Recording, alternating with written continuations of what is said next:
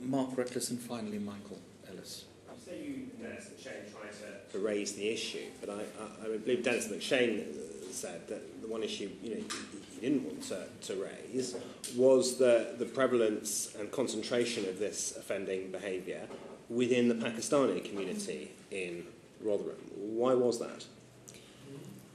I don't know why Mr McShane said what he said, but I think there was some sort of fear culture in the community. And I do often think that people were frightened of raising the issue. I don't think that's anything to do with the ethnic issue. I think it's a genuine fear. Who did you fear? I didn't fear anyone, really, in that sense. I raised these issues. We brought reports to the Area Child Protection Committee, shown to the Safeguarding Children Board. Just like, what I really can't understand is how you were so ineffective in raising these issues once you became the Director of Children's Services. I mean, did you have ultimate sort of management responsibility for all the social workers in Rotherham working with children? In 2007, can I say that the first operation that the J report refers to goes largely unreported, and that was the first serious issue where Matt Jukes and his team worked tirelessly with our staff to prosecute a man who had offences against children.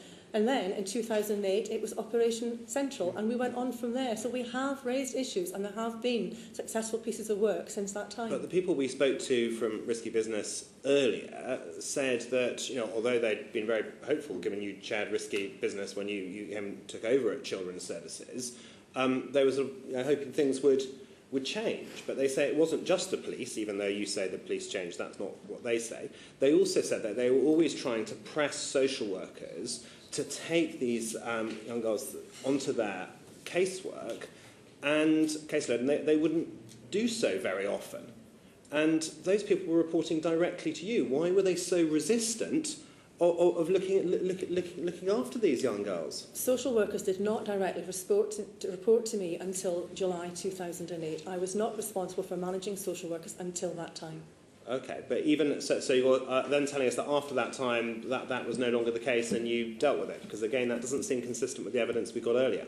There were differences of opinion at the time about child sexual exploitation. But you were in charge of Children's Services. That's right, and you'll see improvements were made from about 2009 onwards. Okay, and you said that Sean Wright, he received an annual report from Risky Business, and you seem to be slightly dumping him in it because he had that annual report. But surely you should have got much more than an annual report from Risky Business. Shouldn't you, as the director, reporting to him, shouldn't you have been consistently raising these issues and demanding action rather than just relying on him reading a report from Risky Business once a year?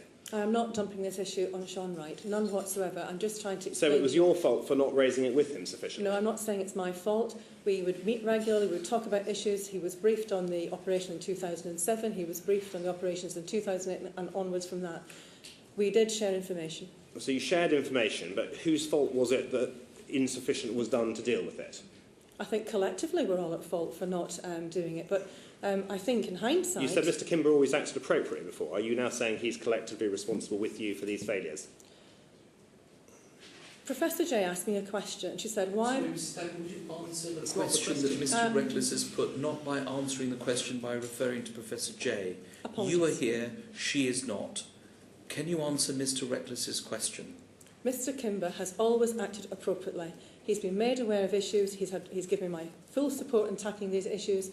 You will see this. We've had instances where we've developed practice. Now what we've got is a far different offer in Rotherham, regrettably, than what those victims had. Throughout this period, we're told that people, when they came to Rotherham Council, they weren't believed. It was thought the problem was exaggerated. People didn't want to deal with what was going on largely in the Pakistani community. Social workers wouldn't take these girls onto their casework. And you, surely more than anyone else, was the point person who should have dealt with that and failed to do so. It takes a long time to change the culture of an organisation, sir. I can say that. Okay. Ms Thacker, are you still monitoring the political leanings of foster parents in Rotherham? I just say that regardless of political persuasion, people are entitled to become foster parents if they're fit and proper practice to do so. And would you be able to work with the UKIP council should one be elected in Rotherham next May? I'm working already very closely with the opposition on this matter.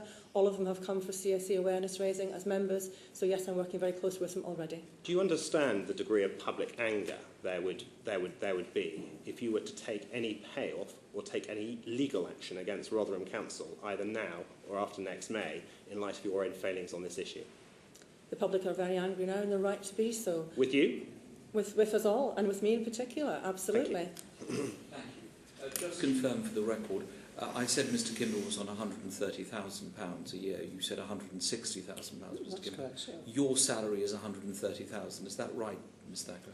With pension contributions, yes, I get £115,000 a year. Thank you.